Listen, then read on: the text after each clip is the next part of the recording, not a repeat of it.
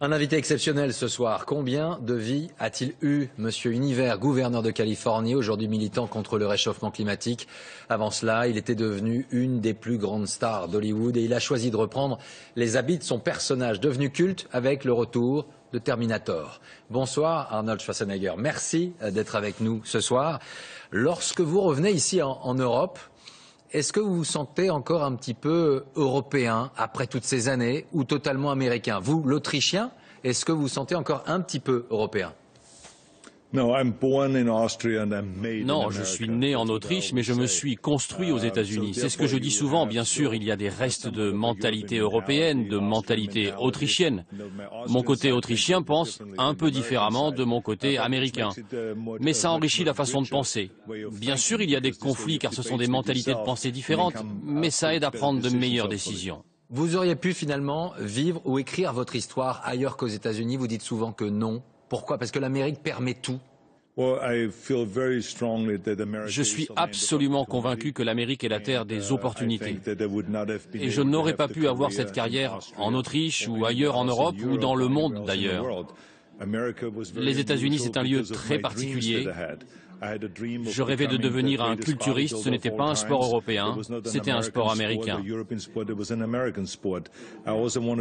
voulais également avoir des rôles de premier plan au cinéma, et Hollywood, c'est la Mecque du cinéma. Et c'est aussi la Mecque du culturisme, qui est devenue ma passion. Vous avez toujours voulu vous lancer des défis, en voici un nouveau. Reprendre le costume de Terminator, ça c'est aussi un nouveau défi? Oui, tout à fait. Je pense que Terminator a été le personnage le plus important que j'ai joué au cours de ma carrière au cinéma. J'avais fait Conan le Barbare et des films comparables, mais c'est devenu un des meilleurs films de l'année et ensuite ma carrière a décollé et ainsi de suite. Est-ce que vous avez dû reprendre la salle, la musculation pour ce rôle ou pas? La première chose que le réalisateur m'a demandé, c'était « S'il te plaît, je voudrais que tu aies le même gabarit qu'en 1984 ». Donc il me fallait 5 kilos de plus environ et j'ai dû m'entraîner très dur. Et vous prenez encore du plaisir à reprendre cette salle, ces poids, après toutes ces années? Oui, absolument. Je m'entraîne tous les jours. Je suis devenu dépendant à l'entraînement. Mais après, je me sens bien et je poursuis ma routine quotidienne. Alors, on va revenir sur tout cela, sur Terminator, mais on va repartir un peu en arrière pour revenir sur cette incroyable carrière. On voit tout cela avec Pascal Deschamps et on retrouve Arnold Schwarzenegger dans 2 minutes. Je reviendrai, c'était la réplique culte d'Arnold Schwarzenegger dans Terminator. Promesse tenue. Ravi de vous rencontrer. Je lui apprends à s'intégrer. Je sais, il y a du boulot. Il y a 30 ans, on découvrait son personnage de robot exterminateur dans un corps d'homme, et pas le plus moche, héros d'une incroyable saga où les machines avaient pris le pouvoir sur l'humanité. La grande trouvaille de ce dernier opus... Ça faisait longtemps que je t'attendais. ...est d'avoir mis face à face l'ancien et le nouveau Schwarzenegger en mélangeant habilement les images. L'occasion de revenir sur une vie pas banale. Au commencement, Arnold était presque nu. Ce jeune Autrichien gringalet s'était forgé un corps pour sculpter son destin. Un travail d'orfèvre qui lui valut d'être le culturiste le plus titré de l'histoire et des premiers rôles au cinéma où son physique d'athlète était mis en valeur. Puis il troque le pagne en peau de bête pour le blouson de cuir qui lui va si bien. Le colosse qui flingue à tout va, devenu une star mondiale, vit à la ville un conte de fées. Il épouse une nièce de Kennedy, le démocrate, et se lance en politique, mais sous la bannière républicaine. Il endosse alors le costume de gouverneur de Californie. Un nouveau rôle qu'il prend très au sérieux. Le Terminator est devenu le Governor. Conservateur, il finira par défendre le mariage gay et surtout, il s'opposera à son parti en faisant adopter des lois anti-pollution pour lutter contre le réchauffement climatique. Un conservateur qui, en janvier, s'abonne à Charlie Hebdo pour défendre la liberté d'expression. On remercie tous ceux qui se sont abonnés. En particulier Arnold Schwarzenegger, qui à lui seul vaut 10 abonnés. Après 2 mandats, Arnold Schwarzenegger a retrouvé le plaisir de sauver le monde, mais au cinéma. celui de retenir de la force d'un seul poignet un bus accidenté. Dans la vraie vie, il vient de prêter sa voix à un système de navigation. Terminator en GPS, ça aurait pu donner ça. Tu vas tourner à droite ou je t'explose la tronche. Mais heureusement pour l'automobiliste, le résultat est moins traumatisant. Alors, Arnold Schwarzenegger, il y a quelque temps, vous aviez rencontré le président de la République, ici, en France, pour parler justement de ce sommet sur le climat. D'abord, c'est un bon écologiste, notre président ? Votre président est très attaché à l'écologie. Il croit en l'écologie. Je lui ai dit que, même si nous avons des divergences sur le plan politique, nous devons travailler ensemble pour sauver le monde. C'est notre responsabilité d'utiliser des technologies pour produire moins de combustibles fossiles, d'utiliser plus d'énergie renouvelable. C'est pour ça que je me bats. Je travaille avec la France et j'espère que cette année, la France rencontrera du succès dans les négociations.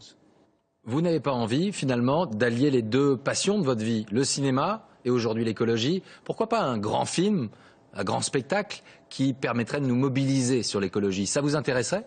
Oui, bien sûr, nous pouvons le faire. Mais vous savez, les films ne servent pas forcément à envoyer des messages. Parfois ça marche, parfois ça ne marche pas.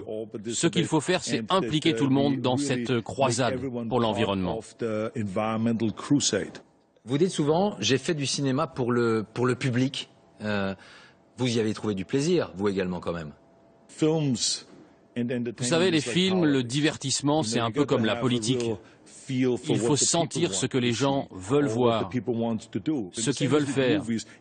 On fait des films, on se demande qu'est-ce que le public veut voir aujourd'hui, et on fait des films pour divertir les gens, et pas seulement en France ou aux États-Unis ou en Autriche, mais dans le monde entier. Vous dites que le cinéma, c'est du plaisir, du divertissement. Il y a aussi beaucoup d'argent à la clé. Depuis votre plus tendre enfance, vous avez cette clé du business. Est-ce que c'est vrai qu'à l'âge de 10 ans, déjà, vous alliez acheter des glaces dans un petit marchand pour les revendre autour du lac, près de chez vous, 2 fois le prix? Je vois que vous avez fait vos recherches. Vous êtes un bon journaliste. Mais c'est vrai, je me souviens que j'avais acheté cette glace pour 1 shilling et je l'ai vendue pour 2 shillings. Je me promenais autour du lac toute la journée et à la fin de la journée, j'avais fait 185 shillings de bénéfices. J'ai eu assez d'argent pour m'acheter un vêtement de sport. De toute façon, mes parents ne voulaient pas m'en payer un neuf tant qu'il n'était pas complètement troué. Donc, j'ai acheté ce survêtement et ça m'a rendu plus sage. Comment gagner de l'argent, mais aussi comment l'économiser, l'investir. Comment avec $1 gagner $2. Vous n'avez pas eu du tout la même vie dans votre enfance que celle de vos enfants à vous. Qu'est-ce que vous leur avez dit à eux quand vous raconterez votre histoire, quand vous, à l'époque, 1 shilling valait 1 shilling et que pour eux, aujourd'hui, l'argent a peut-être une autre valeur? Vous leur avez expliqué tout cela? C'est très difficile de donner à mes enfants la même enfance que celle que j'ai eue. Après la Deuxième Guerre mondiale, il y avait beaucoup de pauvreté. L'Autriche et l'Allemagne venaient de perdre la guerre. Il y avait beaucoup de colère, il y avait un climat très morose, beaucoup d'alcoolisme à cette époque, donc ça a été une enfance très très dure pour moi. Mes enfants ne connaîtront jamais ça. Ils ont grandi dans un certain confort, ce qu'ils n'auront pas donc c'est cette volonté, cette détermination de créer des choses. Mais par contre, ils auront d'autres qualités. 2 dernières questions. D'abord, une d'actualité. Vous avez fait des films, souvent avec une arme à la main. La question des armes aux États-Unis est plus que jamais d'actualité. On a entendu hier encore le président Obama s'exprimer sur cette question. Est-ce que l'Amérique a besoin de changer, d'évoluer sur cette question, ou est-ce que c'est une question finalement impossible à résoudre au sein des États-Unis? Non, comme vous le savez, je suis convaincu que les armes ne tuent pas les gens. Ce sont les gens qui tuent les autres. On peut tuer quelqu'un avec un couteau, avec un pistolet, avec une épée, quelle que soit l'arme, même à main nue. Et donc il faut lutter contre la violence et contre les préjugés. Il faut défendre la liberté d'expression, la liberté d'opinion. Nous devons éviter toute violence en raison d'appartenance religieuse ou autre. Il faut être plus tolérant, combattre cette violence afin de vivre en paix. Arnold Schwarzenegger, je vous entends parler d'écologie, des armes, de politique, de rigueur budgétaire. Vous avez gouverné la Californie. Est-ce que, quand vous voyez ces images, Hillary Clinton qui se lance en campagne, Jeb Bush qui se lance en campagne, est-ce que vous regrettez finalement de ne pas être né aux États-Unis pour avoir pu finalement vous présenter? Car la loi vous interdit de vous présenter à la Maison-Blanche. Est-ce que c'est quelque chose que vous auriez aimé faire, sincèrement? Bien sûr, évidemment, j'aimerais être sur cette tribune et pouvoir débattre. J'aimerais beaucoup me présenter à cette élection. Mais en même temps, tout ce que j'ai fait, tout ce que j'ai appris, c'est grâce à l'Amérique. Grâce aux États-Unis, que ce soit ma carrière de culturiste, ma carrière d'acteur, ma carrière politique, ma vie personnelle, les enfants que j'ai pu avoir, tout ça, c'est grâce aux États-Unis. Donc je ne vais pas me plaindre du seul travail que je ne peux pas faire. Est-ce que vous pensez que le président américain aurait pu garder les bagues que vous avez au doigt si vous étiez arrivé dans ce bureau ovale à la Maison-Blanche? Est-ce que vous auriez gardé ces bagues au doigt? Vous auriez perdu de votre liberté? Ah non, ça c'est sûr, je suis fier de ma bague de gouverneur, fier de ma bague de Terminator, mais j'ai plusieurs vies différentes. J'aurais certainement besoin d'une troisième bague pour le culturisme.